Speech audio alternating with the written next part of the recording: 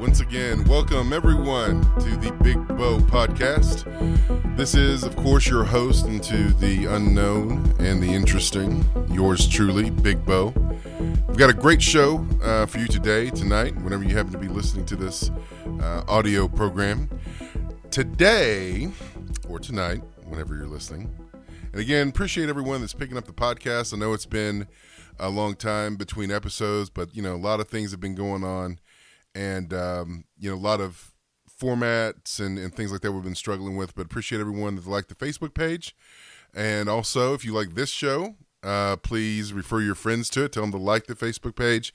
You can also find us on Twitter. Of course, thebigbo.com has all of the links. We're also on iTunes. Link for the show is on the webpage to iTunes. So, tonight, again, we have another guest who has the most interesting paranormal life experiences that I've ever heard. And as you probably could have told, or probably would have seen on the link to the show, culminates in what I like to call the Stairway to Heaven. As you might guess, though, my guest is still alive, so he didn't actually depart this plane, but had an interesting experience that I can only sort of describe as a glimpse into heaven. Now, he might disagree with me, but we will see. So, again, we're talking about paranormal experiences throughout his entire life, things that, honestly, if I didn't know his credibility, it would be hard to believe. And speaking of that credibility, my guest is Constantine.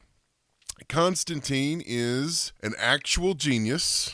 A lot of people kind of throw that around, but no, it's true. He's an actual genius, recognized for his intellectual abilities from a very young age. He was among who's who of American high school students, had offers to go to Wake Forest, Harvard, MIT, decided to stay close to home and go to the University of Oklahoma. He was also published as a freshman in, I think it was as some sort of astronomy journal. I'll get him to clarify that for me here in a moment. But extremely smart person. You'll see that as he comes across on this. Of course, didn't use anything that he went to college for because he's been in sales his whole life. So hopefully that means that he likes to talk. So, without further ado, Constantine, welcome to the show. Thank you very much for having me. You're certainly welcome. Now, of course, as other listeners might guess, your name is not actually Constantine, but we're going to be talking about some funky things here. So Constantine is your sort of moniker. Is that right? Yes. Okay. Very cool. So now, one thing I want to kind of clarify, how did you manage to get published in a journal article as a freshman? Well, I had a unique take in an astronomy 1300 level class. We were talking on the topic of black holes, which is still abstract. It's not concrete science. I had a couple of unique perspectives in just a simple paper I wrote. Professor liked them, wanted to use them. He asked me to expound on those for him, and then he basically quoted me. So he basically took your idea and said he'd give you some credit. Yes. Okay. That's what it sounded like. I'm going to take your idea, but I'll give you a little bit of credit for it. But that wasn't the first time that your professors kind of picked your brain, right? Like there were other times that okay. So give me an example. What was another time that they kind of borrowed your brain to test out their theories or whatever? I was normally used as a guinea pig in both psychology and sociology, especially when we got into behavioral. I don't tend to react like most people, so I became an excellent test subject for more theoretical clinical trials, and they just would pound me with all sorts of tests. Oh, that's not creepy at all. No, they weren't all written. A lot of them were verbal, and they'd record your responses. You'd be in front of a camera, and they want to see your body language, facial expressions. It was weird. Man, I'm going to tell you right now, that sounds like something like straight out of some sort of weird sci-fi flick. Like, for real. That's crazy. Like, how did they come up to you and say that? They said, hey, I want to use you for a research project. Usually, it would be after a paper or a test somewhere where I'd have to make a handwritten response, and I guess they saw something in the way I wrote, and they would send a TA to find me and invite me to office hours. And then once we were in there, they tell me why they were interested in talking to me, what the purpose of it was, and they wanted to know if I would be interested in participating. And then after that, it was a matter of signing releases and then setting up a schedule to come in. Okay.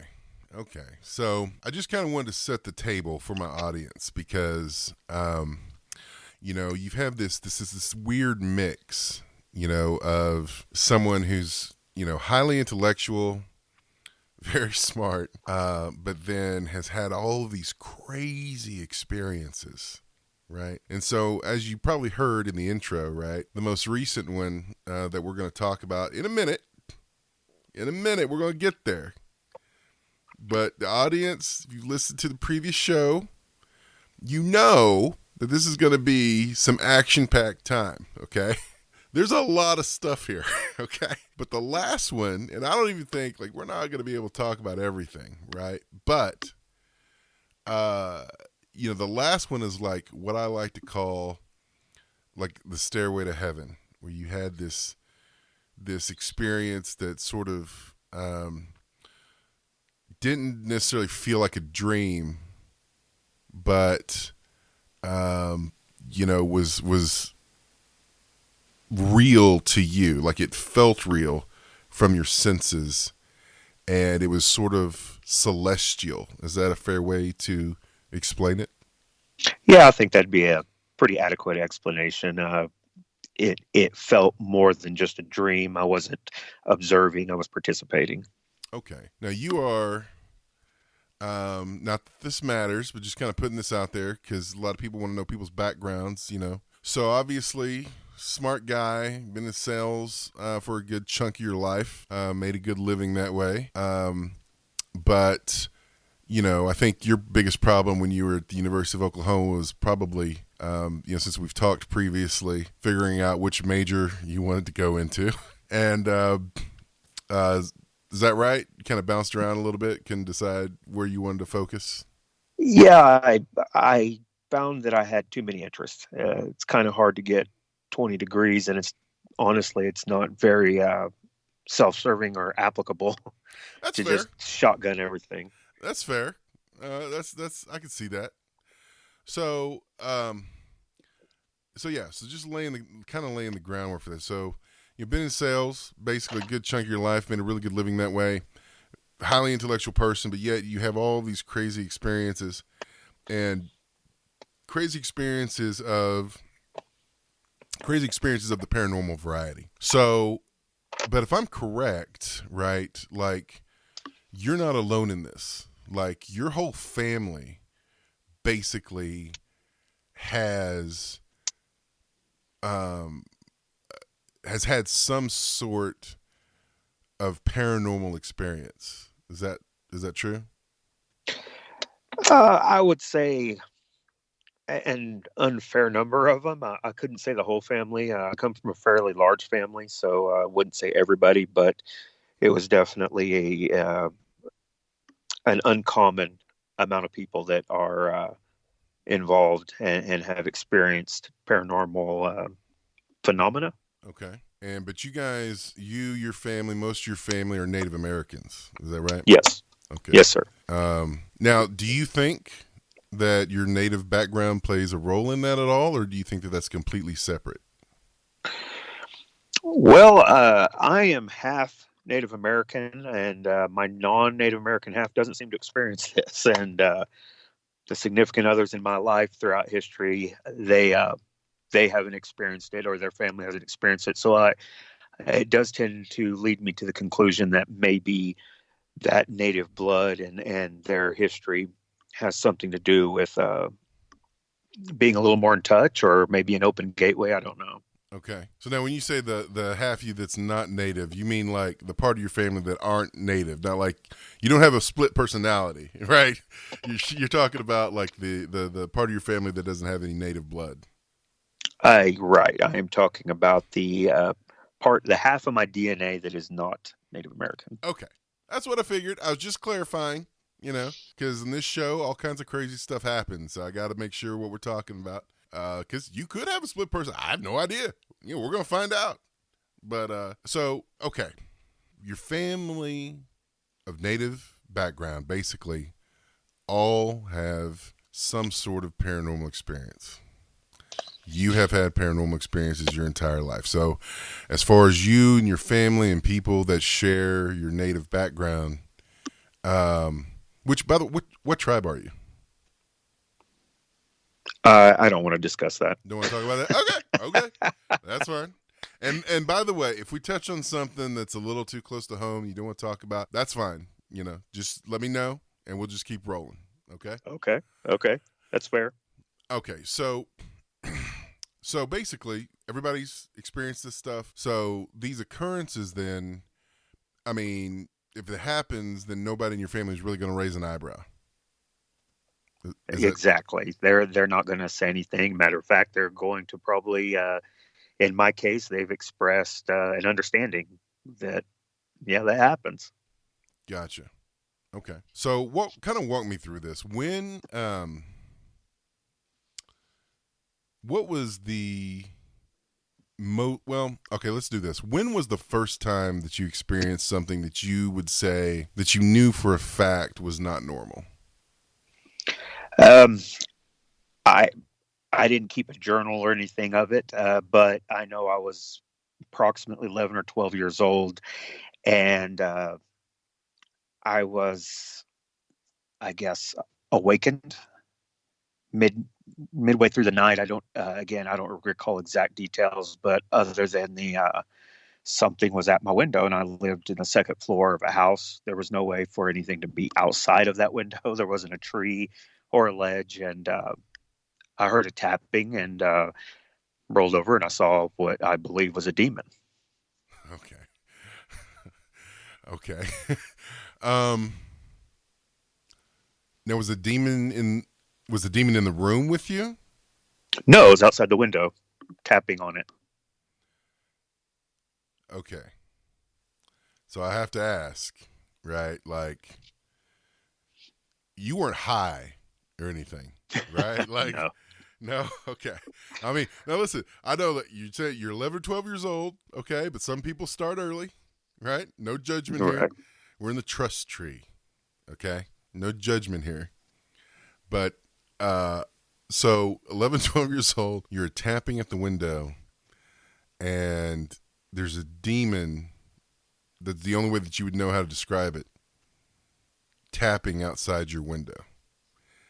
And now, was there blinds or anything covering the window, or did you see this thing, like, was it just, you know what I mean? Did you have to move anything or to see it, or how'd that go down? There were blinds on the window. It was a double window, and there were blinds on them, but they were open. Okay. So you get out of bed, see what's going on. No, I don't get out of bed. Okay, so you basically just rolled up and you looked out your window, and okay, so you're on the second floor. Right. So this thing was just floating outside your window. Couldn't tell if it was floating. To me, from my vantage point, it looked like it was in a crouched position, like it was standing on top of something, but I couldn't clearly see the ends of its limbs, other than the one that was extended and tapping on the window. And I say tapping because I'm trying to make sense of it in my mind, but I very clearly remember kind of like something you'd see in a sci-fi movie, like it was the end of a very, very sharp object. It was tapping and making a scraping sound on the glass. Okay, so I'm going to ask you some stuff that might seem like stupid questions, but I've never seen anything like that, right? So, obviously, you're probably pretty freaked out. Like, I'm kind of freaked out talking about it, and I didn't even see it. So, I'm assuming 11, 12 years old, you probably have a WTF moment. Yes. You're like, yes. Okay. So, what did this thing look like? Couldn't tell height. From memory, I would say it was fairly large. Kind of looked like kind of like a comic book drawing of a werewolf. It had what I assume were hairs standing on its back that were coming to sharp points. It looked mostly, I guess, like it moved like a great ape, like a gorilla, on all fours. It had a large head, and I couldn't make out, a teeth or anything else. What really stood out and is piercing even now is glowing red eyes. Dude, I hate glowing red eyes. Yeah, Like seriously, that okay. red lasers. Okay. So, what did you do? I mean, I don't know. Like you roll out of bed and you see this thing at your window. I mean, My bed was oriented in a way where I was laying full length normal. I just had my back to the window. I heard the scraping sound, tapping sound, and first thing I noticed was it was unbearably cold. And anyone who's ever been in that house knows the second floor, it doesn't work like the first floor. So, it might be 72 downstairs, is going to be 85 upstairs. So that was very weird for it to be that cold. so did the temperature drop in the room? Yeah, I would say significantly, 20, 30, maybe 40 degrees. Okay. And I rolled over in bed, still laying down. And that's when I could see the window. And that's when I saw the creature. And it was staring directly at me. And it never stopped tapping or scraping. I was shocked. In my memory, it seems like I stared at it for 10 minutes, but I know it probably was 3 or 4 seconds. And I rolled back over and I pulled the covers over my head and I kind of balled up and I just, hoped that it went away. And I heard it for a little while longer. Again, it's very difficult to determine time and how much had lapsed, but at least a few more seconds, I heard the tapping and scraping, and then everything went back to normal. It was like a power outage, and the power just came back on. Okay. So you didn't like run out of the room or anything. You just basically hid under the covers and just waited for it to leave. I laid there the rest of the night. Oh wait, in a fetal position. Okay. Listen, man, I don't blame you. like that's okay. I would too. I mean, I might still. After we get done with this, I might curl up in the fetal position right now. Okay. Now, did you tell anybody about this the next day, or did you just? No. I didn't discuss that for at least 10 years. Okay. So obviously, we're talking about like a traumatic event here. Yes. Okay. So now you said the temperature dropped in the room, which is from reports is fairly common from like hauntings and like demonic activities. I mean, obviously not in my situation, not speaking from firsthand experience or anything, but like, from the reports that, from the reports that I've seen, right, that I've read. Did anything else crazy happen? Like, did anything fly across the room? Was there any other weird activity that night, or did you after that? Like, did you experience any kind of poltergeist kind of activity? I mean, you know what I mean, right? Like, did you like anything crazy like that happen? Like stuff floating or missing or stuff like that? There were occasional odd. My whole family sees them. We just call them shadows, but they're very clearly humanoid in shape and size, and so it was fairly regular to see those in the house or outside, directly outside the house. You might see one walk by the window while you're sitting there watching television. Those were fairly commonplace. They occurred before and after the encounter we're specifically speaking about, but I don't remember anything flying around the room or anything missing. And honestly, in my own reflection, I don't know necessarily that the the room temperature goes down, as a lot of people say, as much as the horror of what you're seeing causes your probably your blood pressure to drop, and it's fright. So, okay. So there's the wannabe medical student. Thank you for bringing that out. I appreciate that. I'm just joking with you, by the way. I'll tell you that there is a thing that happens, right? That when people experience something of a religious nature, the first thing that usually happens afterward, not saying this is like a religious experience, but it's similar, is there's a tendency to want to like analyze it, try to make sense of it, right? Try to take it apart. But either way, whether the temperature dropped or whatever, you felt colder. Oh, I felt frozen. Okay. Now, this is something that's interesting that we didn't talk about is the shadows that looked humanoid. There's a phenomenon actually, which is called the shadow people. This is in I don't know if have you ever heard of that term before? No. Okay, so that's kind of creeping me out. Well, I mean, I'm just going to tell you that, there's a lot of people that see these things, right? Like, one of my really good friends, that Melissa, or that I've told you about, that I've mentioned, because she's going to be. Oh, hey, by the way, audience, announcement. There will be an occasional co-host, because she brings interesting insights to things. Her name is Melissa, aka Melissa the Great.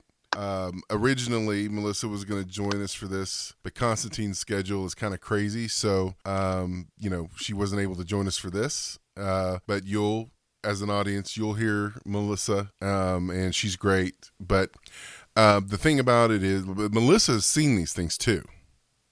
And a lot of people have. And they usually describe them as, human looking, right? They have a human shape, but they're basically shadows. Like they don't have eyes or anything like that. It's just like a walking shadow.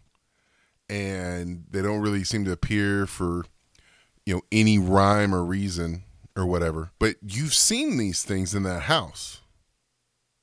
Oh, I've seen them lots of places, but it's very common in my parents' house. Okay. So, wow. Man, that is crazy. I didn't even know that was a thing. I just thought that was my family's crazy. Oh no, brother, that's a thing. Believe me when I tell you, that's a thing. So, oh well, that's so commonplace that I don't even think to mention it when we have these kind of discussions. Commonplace. It's as commonplace as seeing a car drive by. What? How? Yeah. Okay. Yeah, that's been my entire life since I was real little. You've seen shadow people since you were like a child. Yeah. What? I haven't seen one that I can recall in the last few weeks, but I mean, even where I live now, I see them from time to time. They never come into the house, but it looks like they're maybe looking in the doorway. If I have a door open outside, it looks like they're looking in the doorway. Okay. So I know that you because I'm interviewing you on Skype, right? I can't see your video. Yes. Can you see the video coming from me? Yes. Did you just see me slap my forehead when you said that? Yes. Okay. Okay. Because that's a real thing. That happened. Like, you said that, and I literally did this. Like, palm on forehead. I'm like, wiping my head. I'm like, is this guy for real right now?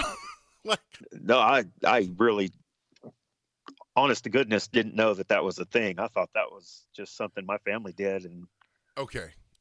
We got to talk about this. So, it was that's a constant thing. It's been at your parents' house, And obviously you've lived other places. Did these things, did you always see these things? Like wherever you Oh lived? yeah, wherever I'm at. I've lived in a couple of states. Doesn't matter where I'm at. They're they're not as commonplace as they were at my parents' house. At my parents' house, it was daily, several times a day. You'd see them, different shapes. You could tell it was a male. You could tell it was a female. You could tell it was a child. Okay. Um, So give me an but example. they, Oh, sorry. Go ahead. I was just going to tell you kind of what they look like. It looks like a perfect silhouette. You can make out the clothes. You know if they're wearing a hat, they're wearing a dress. You can make out the silhouette, but there's no details in the middle. You don't see anything. You don't see their waistline, the color of the clothes, their face, anything. Like it's literally a, a silhouette of something. Okay. So, all right. 11, 12 years old. You see this thing outside your window. Immediately, you're like, okay, this is a demon. And actually, I find that really interesting that you classified it immediately as a demon, which I guess I probably would too.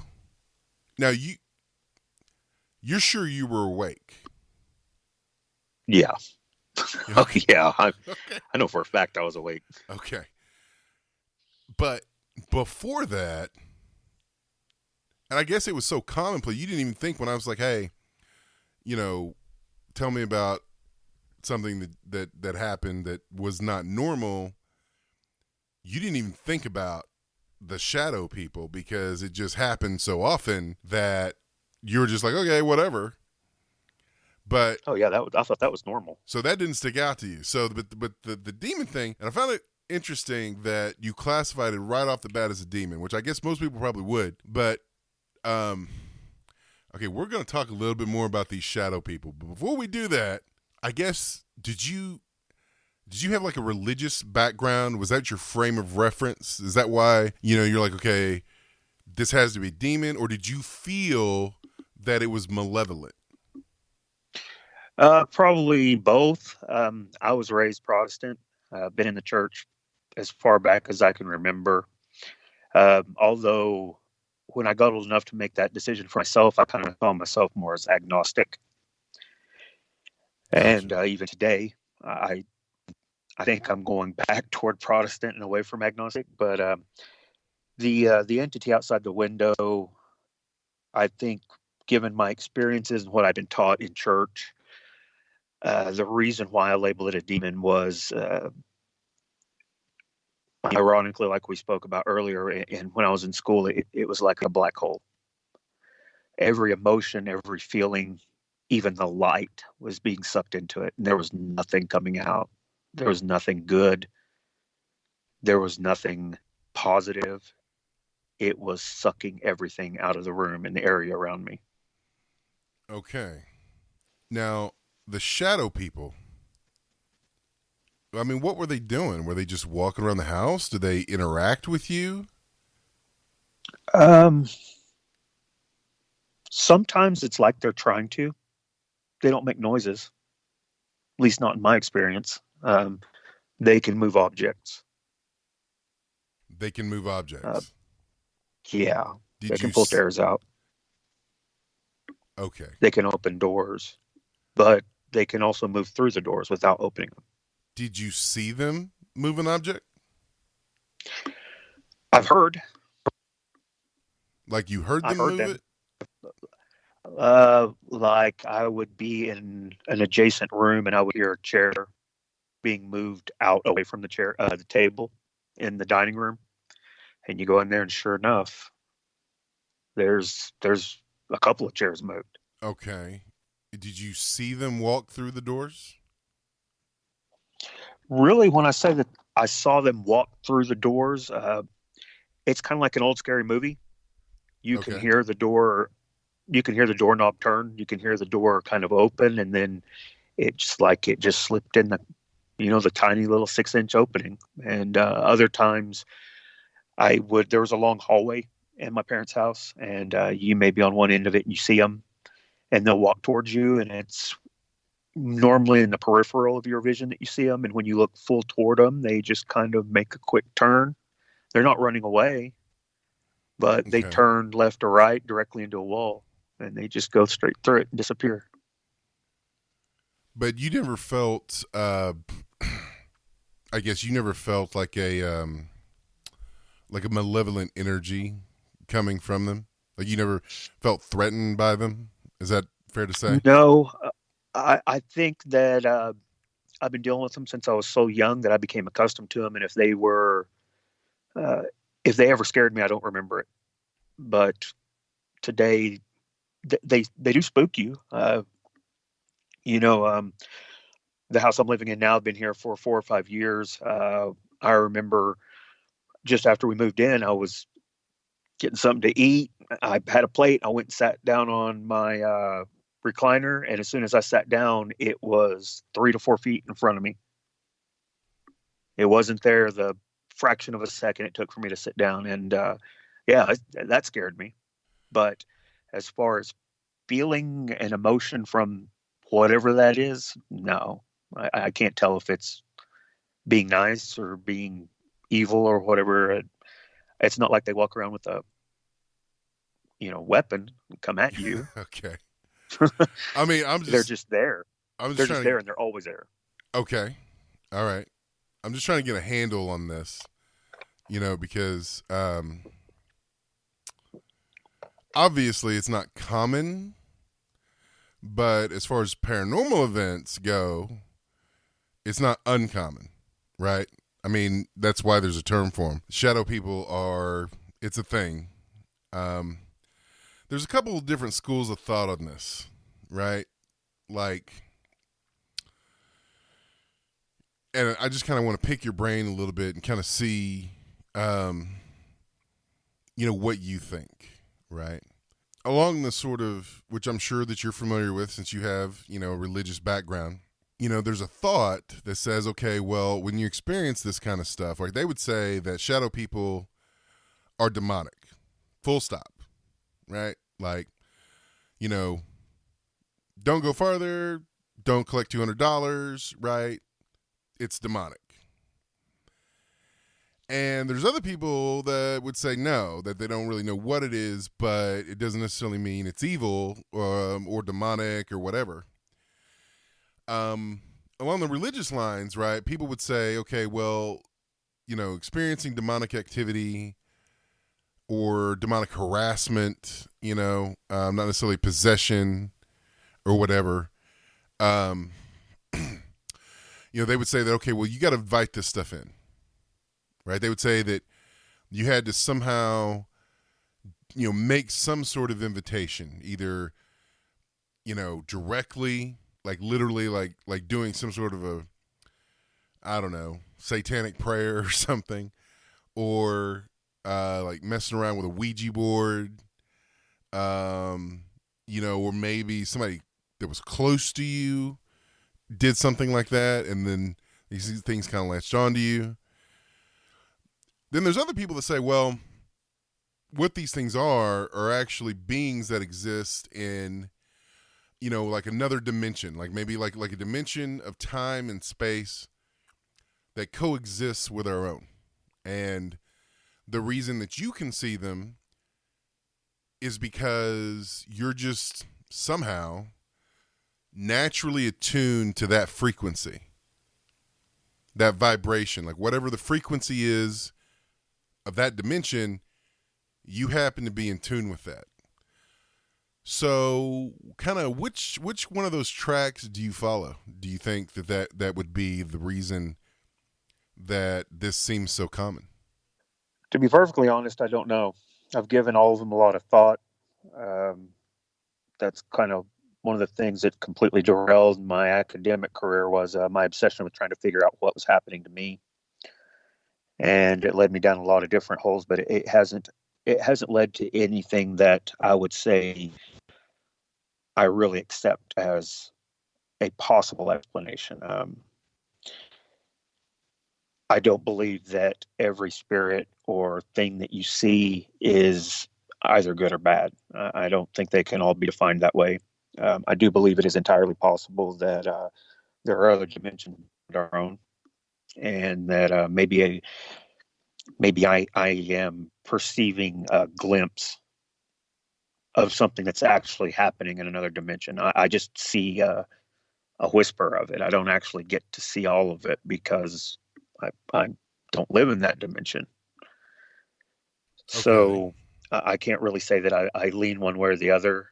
I think that I've heard a lot of explanations and read a lot of explanations that could kind of make sense, but they're not quite there. They don't fully encompass what I went through or have gone through.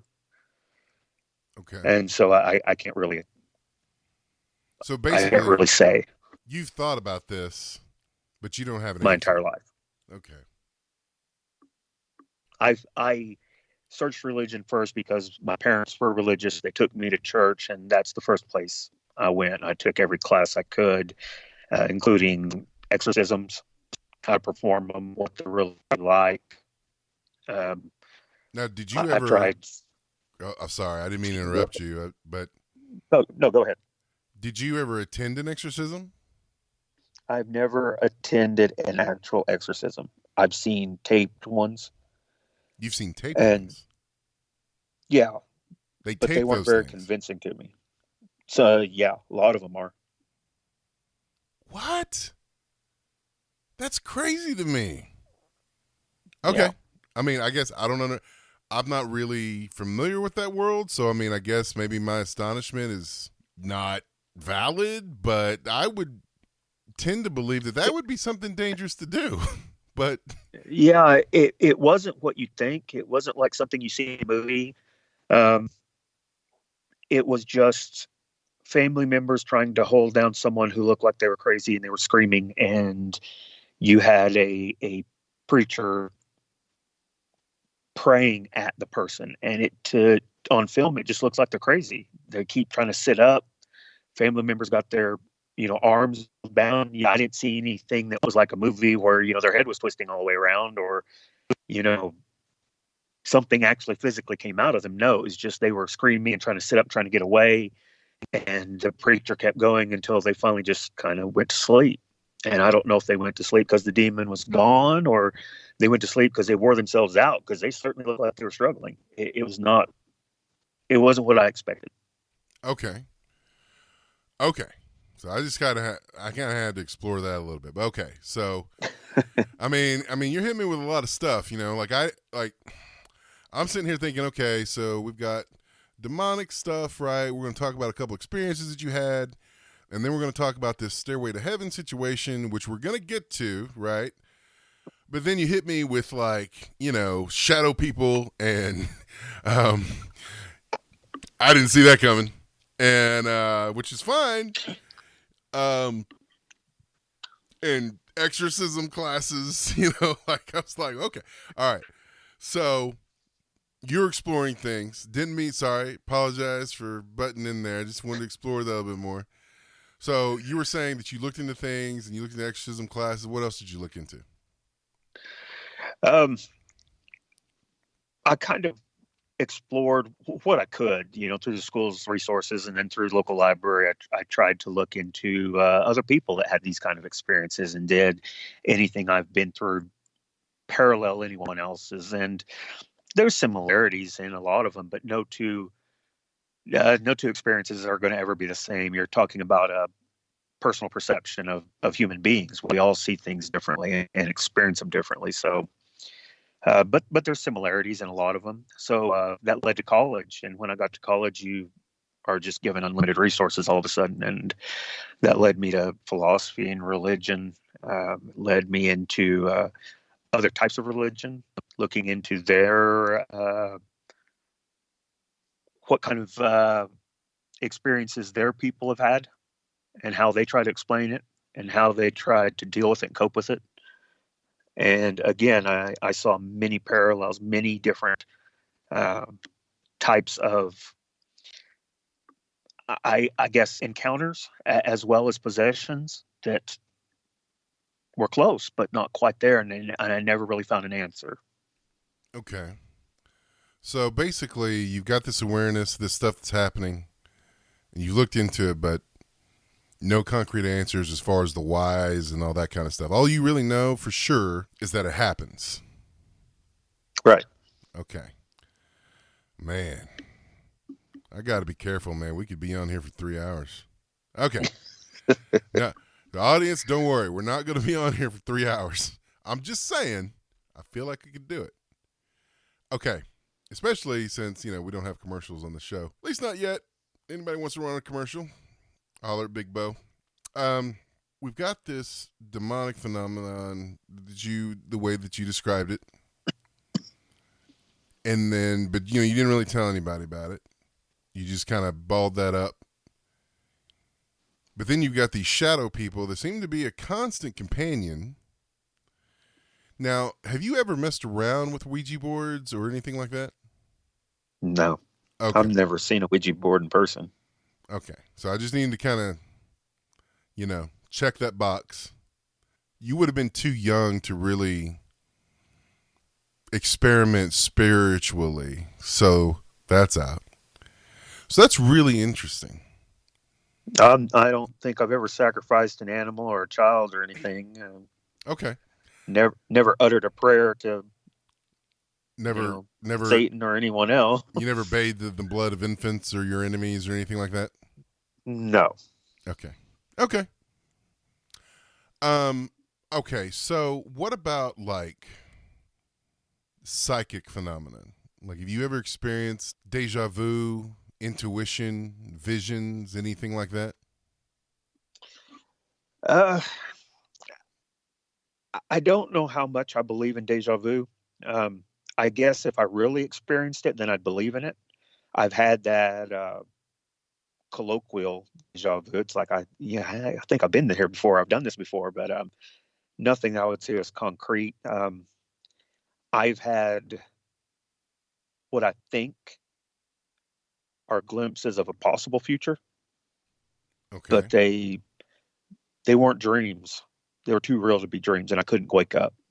Okay, so explain that to me. Like, give me an example. Like, what do you mean that? Like, what would be how would you know the difference?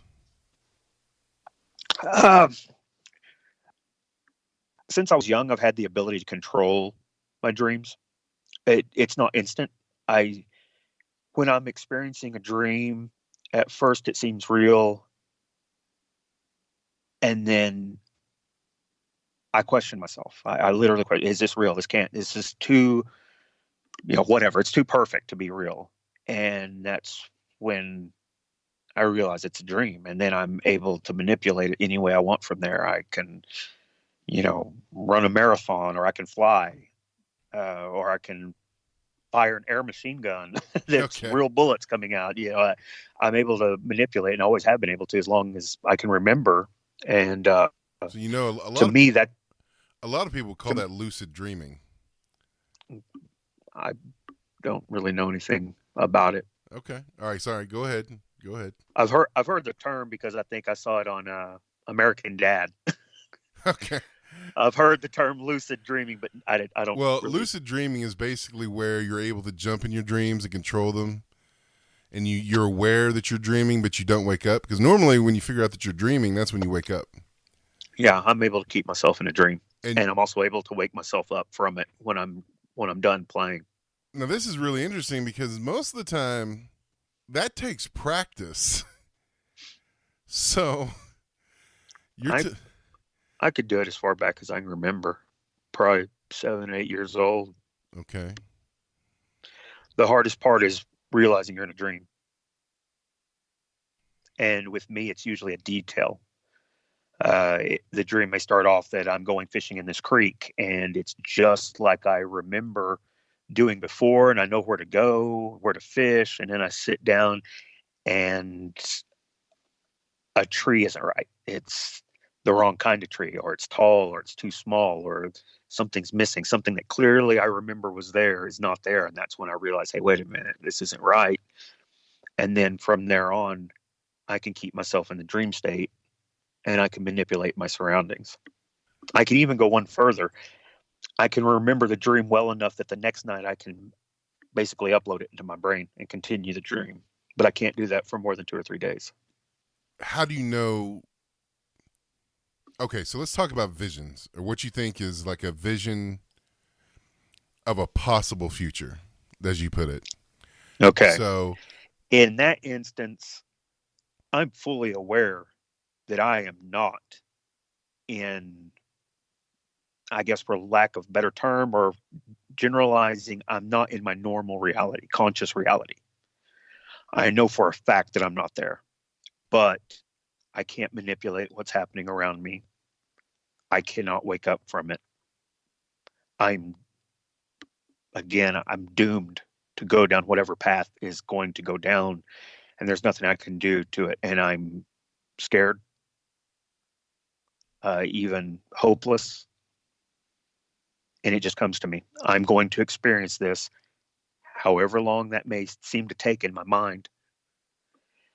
And then I'm going to remember parts of it. Okay. So basically, you're just a. So when this happens, you're basically just a passenger.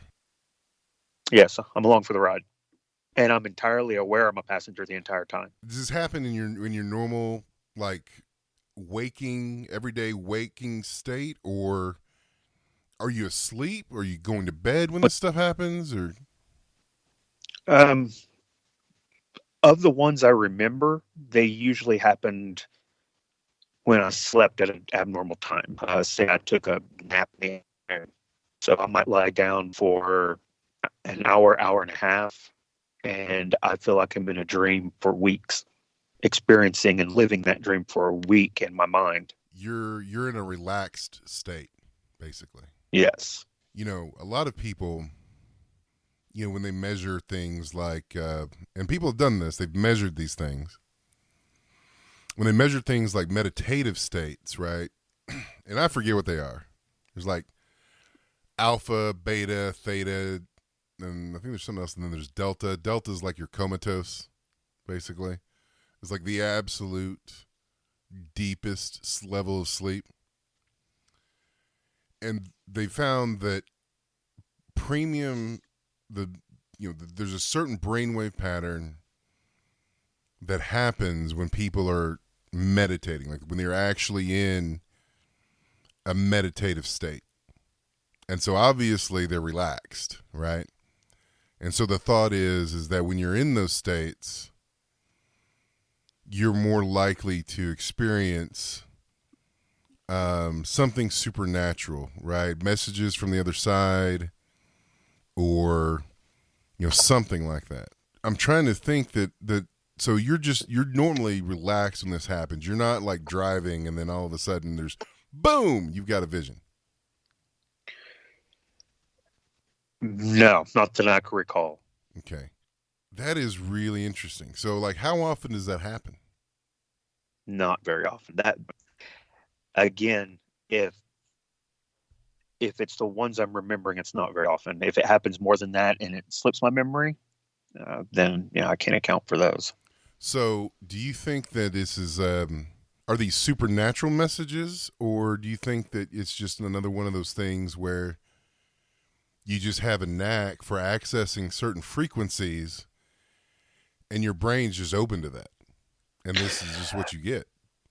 The visions I've had, especially in the last decade or so, they feel like they're warning signs. They're urgent. Okay.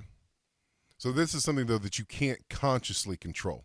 It just happens. No, Okay. it happens. So give me an example of one of these warnings. Give me an example of one of these visions. Like, when did it happen? How did it feel? What was it about? About 4 years ago, I woke up from a wonderful night's rest, and I was sweaty, and I knew something was happened. So I got up. It was about 4 o'clock in the morning, and I tried to recall. And I sat down and started writing everything I could remember. Not anything lengthy, one word lines, and I was able to piece together that I was in the future. I could see. I remember looking at my hands, and they were old. I'm in my early 40s now. I would guess I was probably in my late 50s. They were scarred. I was in a trench, a military-style trench, and Okay, so hold on. Before we keep going on that, you had this vision, or what you perceived to be a vision, but you weren't aware that it was a vision at the time, or you just, when you woke up and you came out of it, you were aware? When I came out of it, I was stressed.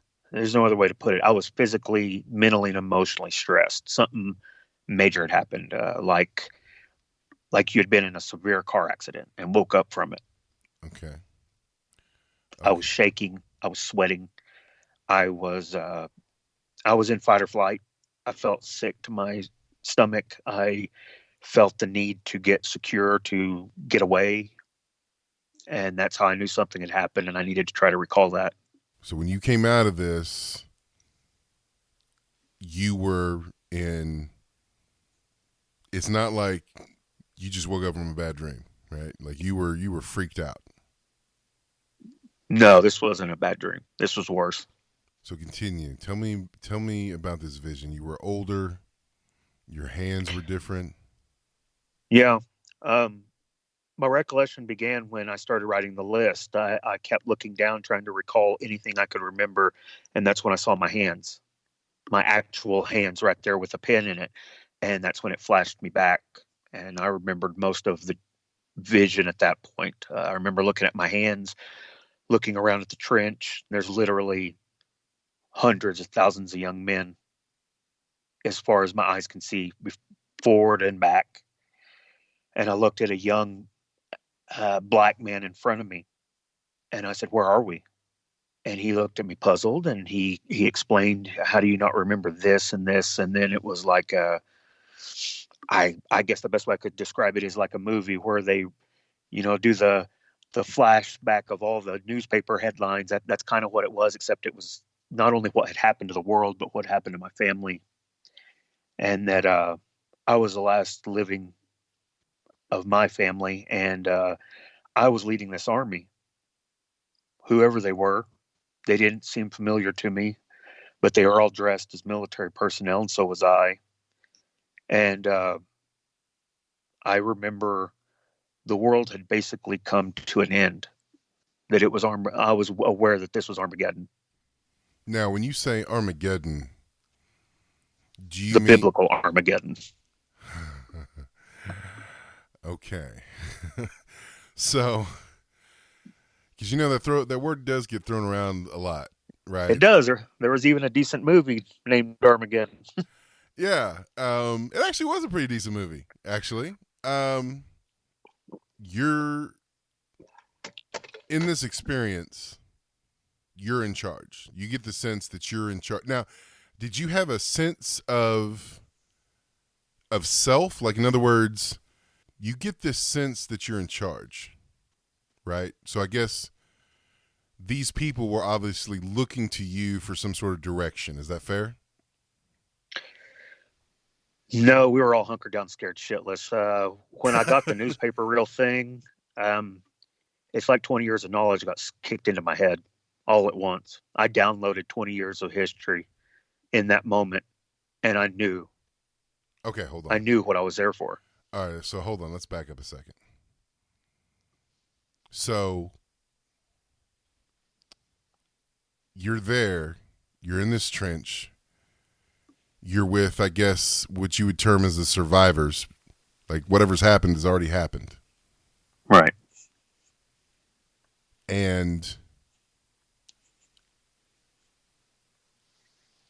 okay. And these people, did you have the sense that, like, I guess what I'm saying is I'm trying to figure out, did you feel like you were an actor, like taking on a role, like you were like, okay, what the heck is going on here? Or did you just say, okay, yeah, I'm a leader. This is Armageddon. Let's go get him. Um, the only thing I can say is that I knew after I talked to the young black kid next to me, and he made that expression. It was like a slap in the face. And like I said, I'm in my early 40s now. I was closer to 60 from what I could tell. Roughly 20 years. It's like I downloaded everything from now until that point, and I knew it all. And it was more than I can describe. It was like I understood that this was my calling. I understood. It's like I had already sat down with the president, went through the plans, and hey, G.I. Joe, you're the one that has to do it. No one else can do it. So you basically had just a giant data dump in your brain.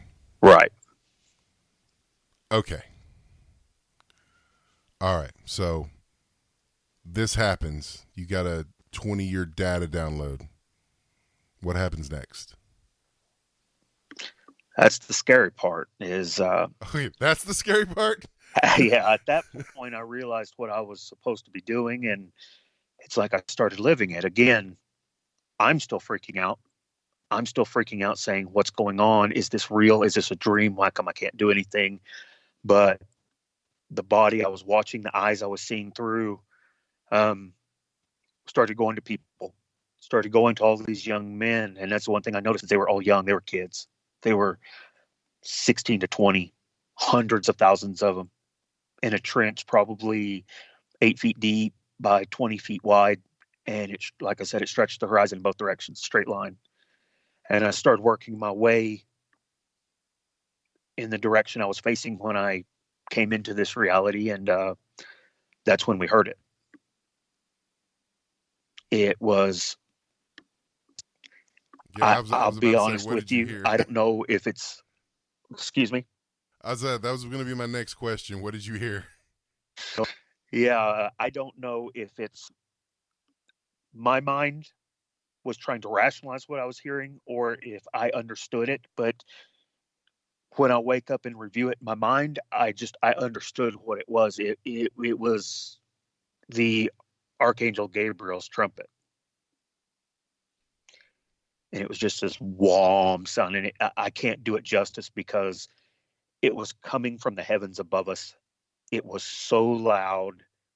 It vibrated you clean to your organs. You could feel it in your bones, your heart. You couldn't breathe.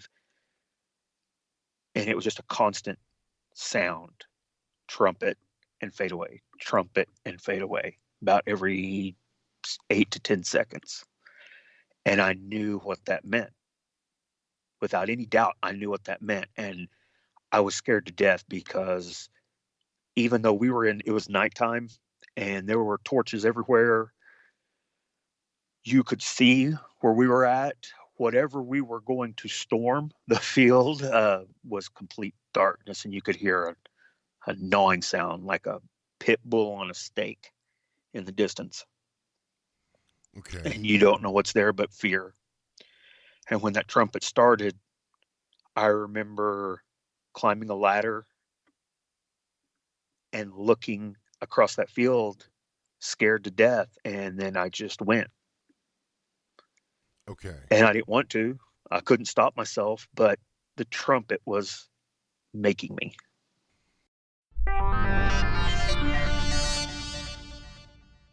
Oh, yes, dear listener. That was part 1 of the interview with Constantine. The entire interview is about 2 hours, a little bit over 2 hours long. So what we decided to do was just kind of split it up into 2 different parts. So that was part 1. Keep an eye out for the next part, which is going to be part 2 of the interview with Constantine. We're going to dive a little bit more into the apocalyptic vision, which is super interesting. And then, of course, we're also going to get into the whole Stairway to Heaven and what that experience was about. More likely than not, we'll have Constantine on again as he gets into some things in the later part of the interview that it's just like, this, how can so many things happen to one person, which seems to be a theme, that we're exploring and that we're seeing, that, these things don't seem to be one-off events. But I want to give you a little bit of a preview of that, so keep an eye out for that. We're going to let you know when that becomes available. Also, there will be a episode with my new co-host, Melissa the Great, a.k.a. Malicious. I think that's her favorite title. So you'll get to know her as well. She's a great addition to the show and does a lot of things to keep this thing going, or to get this thing going, that otherwise would drive me crazy. So that means that there will be new and better and also exciting episodes for you to listen to. So keep an eye out for part 2. That's going to be coming along shortly. Also, of course, be sure to check out the show page at thebigbo.com. We're also on Facebook at facebook.com/therealbigbo. Also on Twitter at therealbigbo.com. And of course, that's Beau, Beau. So be sure to do that. And also, if you like the page on Facebook, that is awesome. But I'd also ask you, please, please, please hit the follow button on the Facebook page. That will make sure that you get the updates, and you can be sure to keep in touch with the things that are going on. So, once again, thank you so much for listening to this episode. The next episode will be coming along shortly. That will be part 2, the interview with Constantine. Again, going more into the apocalyptic visions, the things that he had seen had happened in the past according to his vision, and also the Stairway to Heaven, which is just an amazing experience, and I really can't wait for all of you guys to hear this stuff. Okay, The Big Beau, thank you so much. Until next time.